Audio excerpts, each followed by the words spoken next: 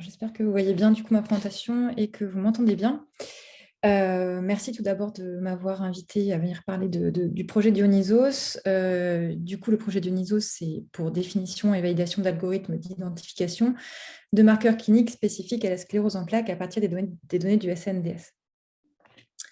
Donc pour me présenter, je suis médecin de santé publique, pharmaco-épidémiologiste et je travaille en tant que responsable médico-scientifique sur la plateforme de recherche Bordeaux Pharmacoépi à Bordeaux. Je suis également membre du réseau RETIAM et coordinatrice du groupe cardiovasculaire, neurovasculaire. Donc effectivement fortement impliquée sur la validation des algorithmes de manière générale. Donc, un petit mot de contexte, en fait, l'étude Dionysos s'intègre dans un projet qui a débuté au préalable, qui s'appelle d'ailleurs l'étude Evidems, qui avait pour but, en fait, de comparer différents traitements utilisés dans la sclérose en plaques. Et pour évaluer leur efficacité, on avait identifié comme outcome, du coup, la poussée de sclérose en plaques. Alors, la poussée de sclérose en plaques, au niveau clinique, c'est très bien défini. C'est la survenue, en fait, d'un déficit moteur ou sensitif évoluant depuis plus de 24 heures chez les patients qui ont une sclérose en plaques. Et maintenant, pour trouver ça dans le SNDS, c'était beaucoup plus challengeant parce qu'on a très peu de données cliniques dans le SNDS, comme vous le savez, et on a essentiellement des données d'hospitalisation pour identifier comme ça des outcomes cliniques. Donc, c'est posé la question de développer un algorithme d'identification de ces poussées de CEP à partir des données du SNDS. Et pour ça, on s'est fait aider de gens qui savent, des experts du milieu, donc des experts en neurologie. Et on a identifié, donc, comme je vous disais, des poussées de CEP hospitalisées, donc via les diagnostics d'hospitalisation. Mais on s'est dit aussi qu'il y avait beaucoup de poussées de sclérose en plaques qui pouvaient être prises en charge en dehors de l'hospitalisation, donc en ville, en milieu ambulatoire. Et comment elles étaient prises en charge? La plupart du temps, c'était par la délivrance de corticothérapie haute dose qui était administrée de manière en intraveineuse. Donc pas que par la bouche, mais en intraveineuse, mais également oralement par la bouche, à haute dose. Donc, c'était vraiment ce qui nous permettait de bien identifier ces patients, ces poussées-là. On a identifié du coup notre algorithme, on l'a développé, on s'est dit que du coup, il fallait quand même le valider. Comme la validation, on va dire, externe était quelque chose d'assez coûteux, d'assez compliqué au niveau logistique, au niveau humain, au niveau ressources, on a décidé de faire une méthode un peu originale qui s'appelle la validation intra-base de l'algorithme. Donc, on a utilisé les données du SNDS pour valider notre algorithme. Comment on a fait? On a décidé de reconstituer en fait des dossiers médicaux individuels en utilisant toutes les données longitudinales du SNDS pour une sélection aléatoire des patients. Donc en fait, comme représenté, je ne sais pas si vous voyez ma souris, mais comme représenté ici, donc là, c'est les données, on va dire, brutes du SNDS. On voit bien que du coup, c'est des données qui sont collectées de manière prospective. C'est une cohorte historique, mais c'est quand même collecté de manière prospective dans le temps. Et quand on prend du coup pour un patient seul l'ensemble des données, on voit qu'on a des données selon les catégories de données. Donc, on a les procédures médicales, les séjours hospitaliers, les données de laboratoire, etc. Donc, tout ça, c'est classé et c'est ordonné dans le temps. Et ce qu'on a fait, c'est qu'on a transformé en fait cette présentation des données comme un cahier, comme un dossier médical patient, en partant en fait de notre date d'entrée dans la cohorte et en listant en fait de manière historique, en remontant dans le temps et en listant de manière historique tout ce qui se passait dans le passé en termes d'hospitalisation, de réalisation d'examens de laboratoire, d'imagerie, etc., mais également tout ce qui se passait dans le futur. Et ça servait à quoi? Ça permettait notamment à des cliniciens de pouvoir lire en fait toute l'histoire du patient et de pouvoir éventuellement évaluer si le patient présentait une poussée ou non au regard de toute l'histoire, de tout le pattern, de tout son parcours de soins. Donc, pour avoir un peu plus d'informations sur cette méthode de validation intra-base, je vous invite à vous référer sur l'article qui a été publié. Mais pour faire un peu bref, en gros, on a utilisé donc 2 binômes d'experts en neurologie. Dans chaque binôme, en fait, chacun des experts devait relire à l'aveugle des résultats de l'algorithme une sélection aléatoire de 100 dossiers. Dans ces 100 dossiers, il y avait 50 patients qui avaient des poussées et 50 qui n'avaient pas de poussées. Et ils devaient du coup donner leurs résultats, donc comme je vous disais, en aveugle des résultats de l'algorithme. S'il y avait du coup des discordances entre les experts, on confrontait en fait, on mettait chaque binôme venait attester en fait de la présence ou pas d'une poussée. Donc on avait les 4 experts qui donnaient leur avis et à ce moment-là, on établissait un consensus pour savoir si oui ou non c'était une poussée.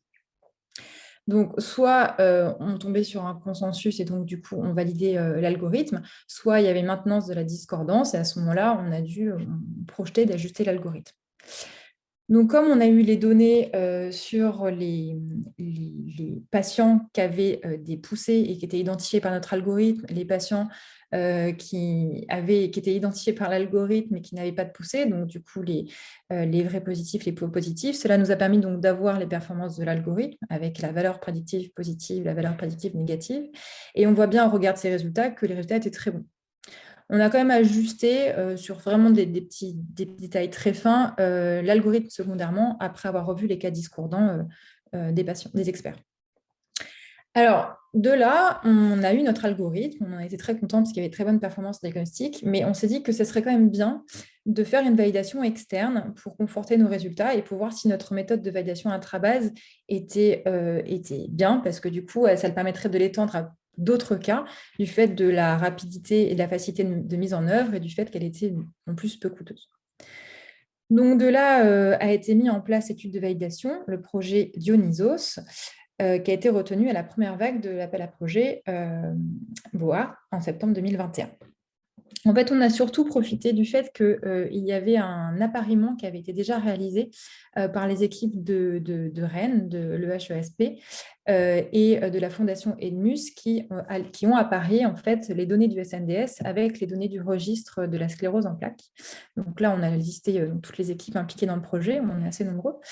Et donc, l'objectif principal de l'étude a été d'évaluer et d'améliorer les fameuses performances diagnostiques de notre algorithme, donc sur les poussées, en utilisant donc ces données chaînées OFSEP, SNDS.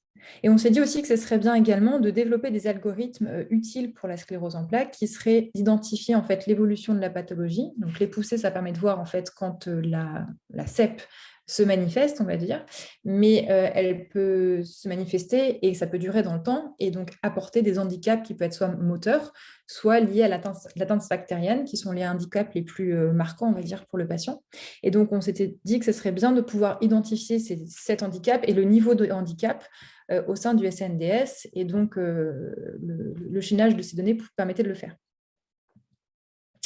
Donc, notre population d'études, c'est donc la cohorte de patients, comme je vous disais, qui a une sclérose en plaques, qui a été vue en consultation dans un centre de l'OFSEP, du registre de la sclérose en plaques, entre 2010 et 2019. Et donc, d'où les données ont pu être chaînées au CNDS, parce que les patients n'ont pas été opposés à leurs données. Et puis, parce qu'aussi les résultats du chaînage par appariement probabiliste ont permis de chaîner les données des patients. Donc, je vous le disais, les sources de données, c'est le SNDS, c'est l'OFSEP. Donc, le SNDS contient les données de remboursement de soins, l'OFSEP, les données cliniques, remplies, complétées par les neurologues participants au réseau. Donc, on a vraiment un ensemble de données qui est très complet. Et on sait que du coup, à l'issue du chaînage, par appariement probabiliste, on obtient environ 40 000 patients. Donc, ça fait quand même une très belle cohorte. Donc, dans la méthode, c'est très simple, il n'y a rien de bien compliqué. On regarde dans le SNDS ce qui est identifié par notre algorithme comme une poussée de sclérose en plaques ou un handicap. On se réfère à nos données cliniques de l'OFSEP. On regarde du coup si c'est vraiment, si ça a été indiqué comme tel dans le registre de l'OFSEP. Cela va nous permettre de nous donner la VPP, la valeur prédictive positive.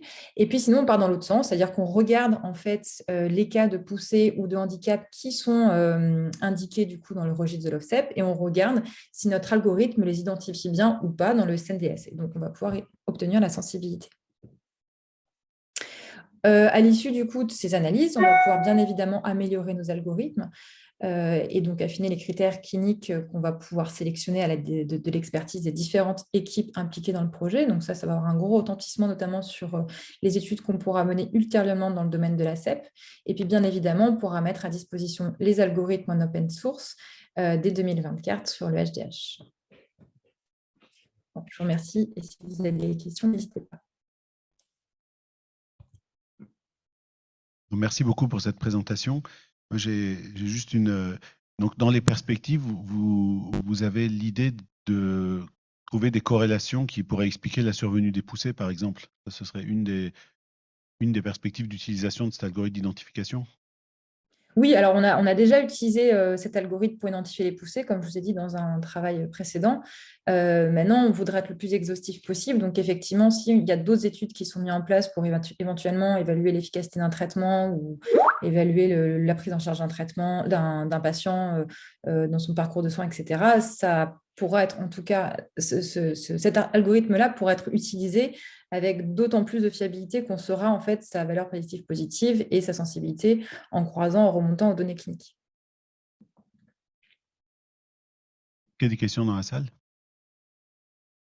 Alors, ce qui est aussi très intéressant, c'est que les maladies chroniques qui évoluent par poussée, il y en a d'autres, hein, en dehors de la sclérose en plaques. Donc, ça peut être un cadre qui peut se transposer sans trop d'adaptation à d'autres maladies chroniques comme la polyarthrite rhumatoïde ou d'autres qui aussi ont cet effet où les handicaps s'accumulent avec le nombre de poussées.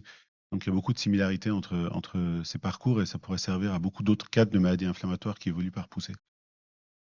Tout à fait. À partir du moment où on a un médicament, on va dire, qui peut être marqueur, traceur, donc là, bon, les corticoïdes, ce n'est pas non plus très spécifique, mais ça s'intégrait bien. On avait bien une temporalité par rapport à l'administration des corticoïdes, etc., qui jouait. C'était un bon indicateur pour pouvoir identifier ces poussées. Après, c'est toujours très, très bien d'être entouré d'experts du domaine, puisque du coup, c'est eux qui ont l'œil le plus critique et qui apportent le plus de conseils pour pouvoir au mieux ajuster notre algorithme.